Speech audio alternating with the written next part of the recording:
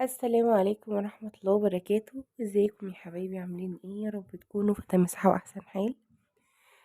طبعا انتوا شفتوا طريقة البسكوت والحمد لله، شكرا جدا على اللي انتوا على التعليقات الحلوة، وشكرا على كل اللي جرب وقال في جروب الفيسبوك ان الحاجة كويسة، وكمان المقادير مظبوطة بالظبط. النهاردة بقى هنعمل معاكم أفخم كحك ممكن إن احنا نقدمه لضيوفنا لما يجونا في العيد. هنعمل كحك العجمية مع بعض، سهل جدا وبسيط قوي. يلا بينا نشوف الطريقة والمقادير وطريقة التحضير. دلوقتي أهم حاجة ببدأ بيها هوريكم المكونات، بس قبل أي حاجة أنا هاخد المكسرات. عندي عين جمل وعندي لوز وعندي بندق. اللوز والبندق هاخدهم احمصهم في الفرن عشان لازم يتقشروا، والعين الجمل عادي بفركها بايدي. ودلوقتي هنشوفوا بقى المكونات بتاعت العجمية. عندي سمسم وعندي عسل نحل وعندي سمنة بلدي وعندي دقيق.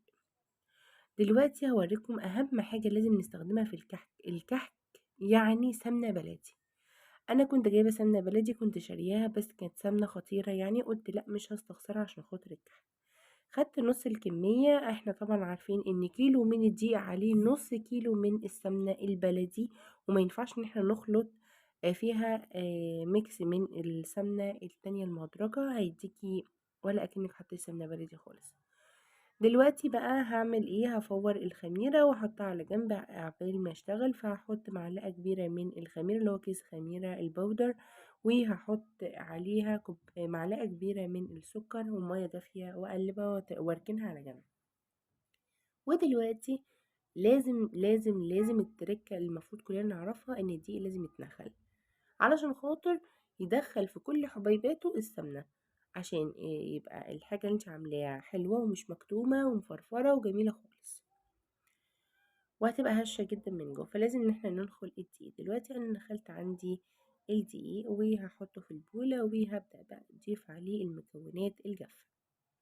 عندي كيلو من الدقيق، هحط عليه بالظبط نص معلقة صغيرة من الملح، وهحط عليه محلب. انا هعمله بالمحلب، فهحط عليه، انتوا عندكم بقى ريحة كحك زي ما تحبوا. المهم ان انا بحب المحلب اوي في الكحك، فبالتالي هضيف وهضيف كمان يعني ربع معلقة صغيرة من المحلب المجروش، وهضيف معلقة صغيرة ممسوحة من البيكنج باودر. قلبت المكونات دي مع بعض، وهحط كمان معلقة كبيرة من السكر، وهبدأ بقى كده أدمج المكونات دي كلها كده مع بعضها. وبدأت زي ما أنا قلتلكوا أدحت نص كمية السمنة. أنا مش هعمل السمنة كلها مقدوحة عشان ما تحرقش على صدرنا. بصوا بقى، أدحت نص كمية السمنة، والتانية هعملها على البارد وأقول لكم هعملها ازاي.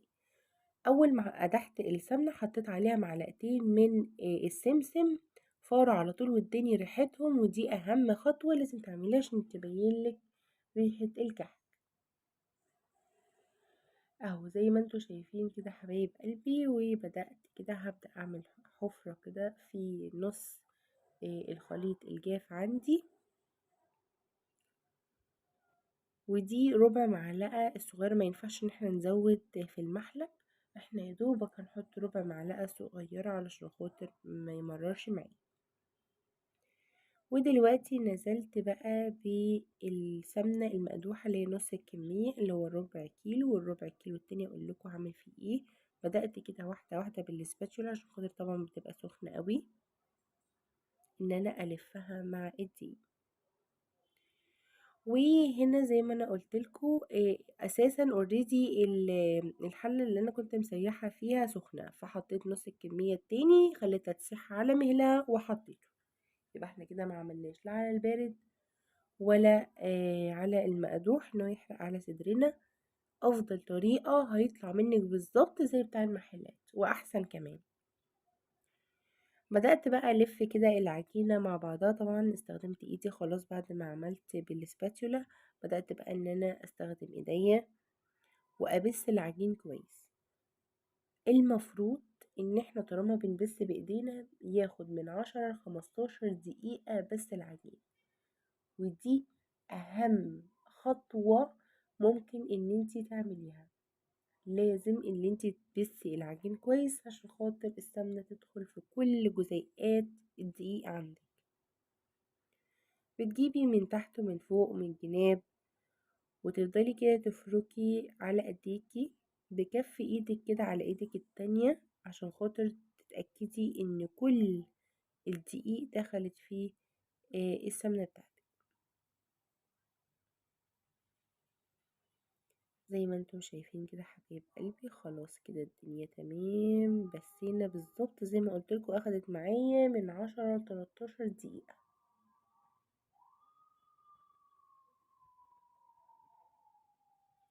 ودلوقتي بقى هاخد الخميرة وهصبها، خلاص فارت اهو زي ما انتم شايفين.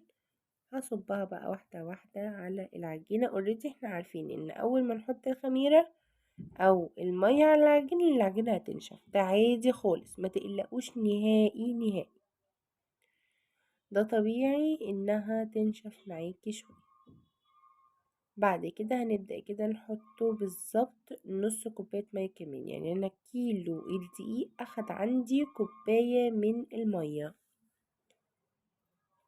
طبعا كوباية الشاي الازاز عشان خاطر ما نزودش كتير، فالدقيق بيختلف من شربه للسوائل من دقيق لدقيق، يعني دقيق غير دقيقك. فانتي ابدأي بنص كوباية مية اللي هي الخميرة، وابدأي حطي النص التاني كده المية الدافية، وزودي واحدة واحدة على حسب احتياجك لغاية ما العجينة بتاعتك بالظبط تلم كده وتبقى زي الفل. دلوقتي بقى نبدأ نعمل العجمية.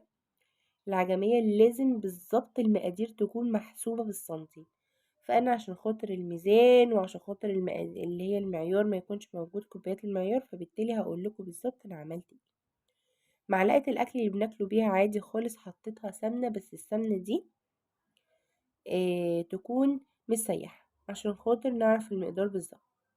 وبعد كده حطيت نفس المعلقة دي، لفتهم لف حلو كده مع بعض. وبعد ما لفتهم كويس بدأت حطيت عليهم المكسرات اللي قلتلكم عليها. بعد ما أخدت المكسرات وقشرتها وجرشتها جرش على ايديا، مينفعش تضربيها في الكبة عشان خاطر بتنعم قوي. بدأت كده زي ما انتوا شايفين كده لغاية ما أخدت اللون الجميل دوت. أخدتها كده على بعضها واحدة واحدة لغاية ما أخدت اللون المحمر الجميل اللي انتوا شايفينه ده. بعد كده رحت نازلة على طول بكوباية إلا ربع زي ما انتوا شايفين. بصوا المعيار ده لو مش عندكم خلاص يبقى ناخده كوباية إلا ربع من كوباية الشاي. مليتها عسل نحل وبدأت كده أنزل بيها على الخليط بتاعي زي ما انتوا شايفين. هبدأ بقى أقلب تقليب مستمر كده لغاية أما أحس إن هو غلى معايا. ما ينفعش إن أنا أطفي عليه وهو غلى من الجناب بس، لأ لازم يشكشك كمان من النص، يعني يعمل فقاقيع كده من النص، يبقى أعرف إن هو كده اتغلى كويس وكل المقادير دخلت في بعضها. أعد كده لغاية 20 وأروح طافية عليها. أهي بدأت من النص أهي، تمام أوي. هعد كده لغاية 20 بالظبط وأروح طافية عليها عشان خاطر بردك ما تنشفش مني أوي. دلوقتي كنت هحطها في الطبق ده، ولكن قلت لأ لازم احطها كده في طبق ايه يكون طويل علشان خاطر تقدر انها تبرد معايا بسرعة واقدر ان انا اشكلها على ايدي. ودلوقتي زي ما وريتكم كده وحطيت دي العجينة بتاعتي اهي زي ما انتوا شايفين. بختبر العجينة حبيبي، لو العجينة معايا زي ما انا قلتلكم كده عملت دايرة وحطيت صبعي في النص فيها بقت زي الفل، بقت كده جاهزة للتشكيل. بدأت بقى اكورها وعلى طول رحت زي ما انتوا شايفين كده حبايب قلبي رحت حاشياها بالعجمية بتاعتي. معلش الخطوة دي راحت مني في التصوير. زي ما انتوا شايفين الكحكة بتطلع منفوخة وجميلة، ومن النص بتطلع خطيرة اوي. بنحطها درجة التسوية على درجة حرارة 180 في الرف الوسطاني، وبنديها لون ومنولعش عليها الشواية خالص. الكحكة ما ينفعش تولع عليه الشواية. هوريكم شكلها عامل ازاي، حلو قوي. جربوها واعتمدوا الطريقة دي بجد هتدعولي. ما تنسونيش في لايك وشير وسبسكرايب، بحبكم قوي. شايفين يعني بسم الله ما شاء الله، اللي هو زي ما بنقوله كده اكالي، لا هو ناشف ولا هو ناعم قوي يتكسر منك. شايفين بقى الهشاشان والجمال.